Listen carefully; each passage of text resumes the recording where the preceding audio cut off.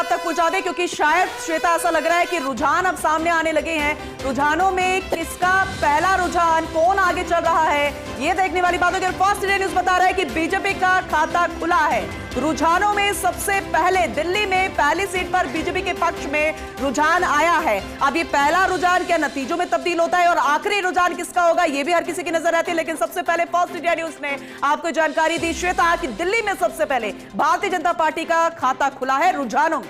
बिल्कुल, तो पहली सीट पर बीजेपी के पक्ष में आया है रुझान।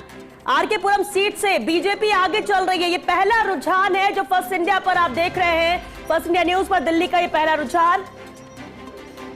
बड़ी जानकारी है, दिल्ली में सबसे पहले बीजेपी का खाता खुला है, ये देखिए। और एक और सीट पर बीजेपी आगे चल रही है, यानी रुझानों में 2 सीट बीजेपी के पक्ष में है।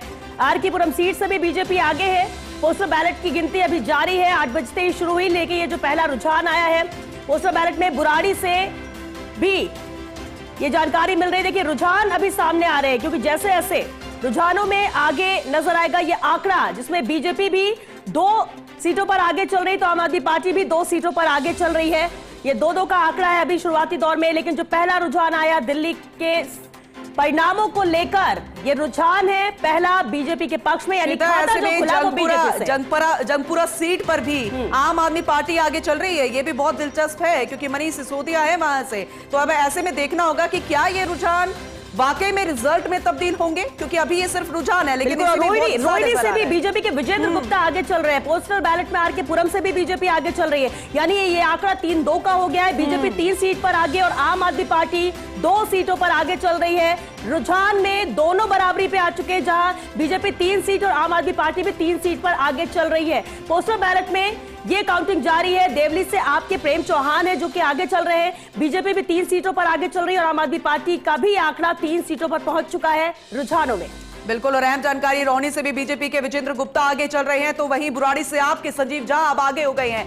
ये आगे पीछे तब तक चलता रहेगा जब तक नतीजे नहीं आ जाते। लेकिन फिलहाल रुझानों से भी बहुत कुछ तस्वीर निकलकर सामने आ जाएगी। लेकिन कितने चरणों में ये रुझान निकल कर आएंगे और आखिरी जो चरण होगा वो नतीजों में तब्दील होगा। आप 3, भारतीय जनता पार्टी 3, ये सिर्फ रुझान है अभी, उसके बाद नतीजे साफ हो जाएंगे। लेकिन ऐसे में ये भी देखना दिलचस्प है श्वेता, कांग्रेस का अभी तक कुछ रुझान सामने नहीं आया और ये माना भी जा रहा था, कहा भी जा रहा था, दिल्ली की जनता खुद जानती थी कि जो ये टक्कर है, ये जो चुनाव है, ये आम आदमी पार्टी और भारतीय जनता पार्टी ही आमने सामने लड़ रहे हैं। लेकिन कांग्रेस की कोशिश कहां रह गई? क्या कोशिश की ही नहीं गई या फिर सिर्फ दिखाने के लिए वो प्रचार प्रसार किया गया? ये भी बहुत ज्यादा महत्वपूर्ण रखता है। लेकिन देवली से आप आगे, रोहनी से बीजेपी आगे, दिल्ली में बीजेपी 3 और आप 3 सीटों पर। अभी आगे पीछे का खेल तब तक रहेगा जब तक नतीजे नहीं आ जाते। और देवली से आपके प्रेम चौहान यहाँ पर आगे चल रहे हैं और 3-3 की बराबरी पर रुझानों में बीजेपी और आम आदमी पार्टी है। जहां पड़पड़गंज सीट की बात कर ले, यहां से बीजेपी आगे चल रही है। बीजेपी के विजेंद्र गुप्ता है जो कि आगे चल रहे हैं। पोस्टल बैलेट में आरके पुरम से भी बीजेपी आगे चल रही है। आम आदमी पार्टी और बीजेपी दोनों 3-3 के आंकड़ों पर है।